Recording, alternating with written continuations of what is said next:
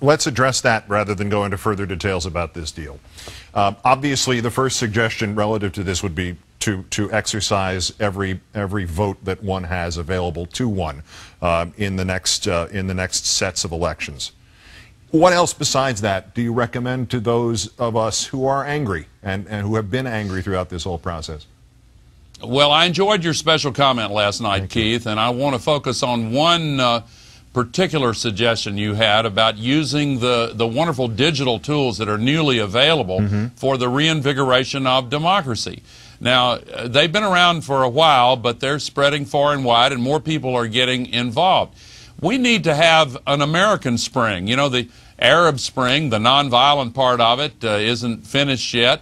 But we need to have an American Spring, a kind of an American Tahrir Square, nonviolent change where people from the grassroots get involved again. Not the, not in the Tea Party style. That, there are people who are genuinely upset in the Tea Party. I understand that. But that movement was funded with seed money from right-wing billionaires, the Koch brothers, and promoted on Fox News and turned into a stalking horse for this right-wing agenda that a lot of people have been trying to push on this country for a long time.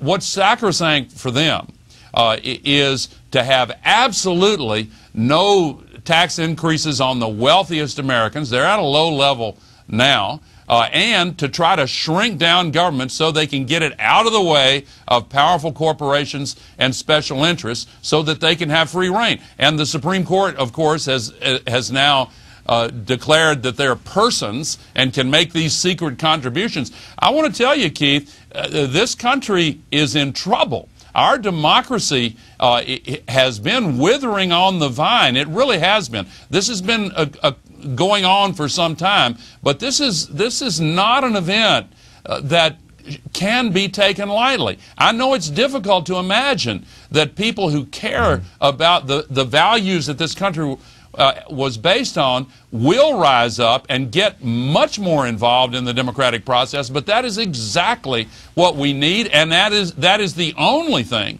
that can get our country back on the right track.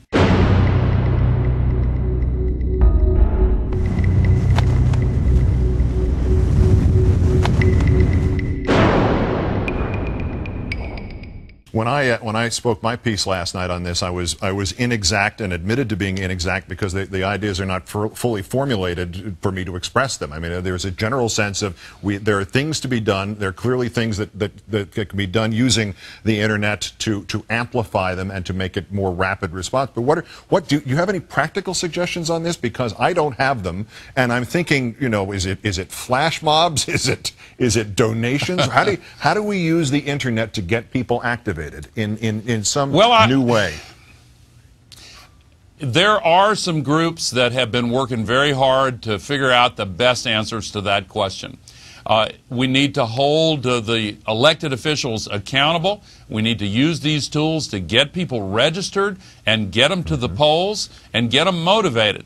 Almost 100 years ago, the great poet Yeats wrote the famous lines, "The best lack all conviction and the worst are full of passionate intensity." Those lines were written in a different era, but they exactly describe the disgusting spectacle that we have watched over the last several weeks as the full faith and credit of our country was indeed held hostage, and the ransom that was demanded was to do things that are extremely harmful to working people, to middle-income families, and to the economy of this nation. You saw how the markets reacted. I have to ask this, and I know it's a sensitive topic, but a lot of the blowback in the last few days has been directed against the Democratic Party. It has, in fact, been directed against the President of the United States. And I think I know your answer to this, but I'm going to ask it anyway. Do you think the President should be renominated by his party, and do you think he should be reelected by his country? Well, I support him. I think that he will be. We've seen too many times what happens when the incumbent president of a party is challenged in the primaries. There's a law of third parties. There's a law of primary challenges to a sitting president. And I think that law law of politics probably still applies. I hope that he and our country will take out on a new and more determined course. I support Barack Obama. I like Barack Obama. But we have got to have a more forceful articulation of the vision that our country needs to follow and the values that we hold in our hearts when we say, yes, we're going to educate our children. We're going to clean up the environment. We're not going to ignore the climate crisis.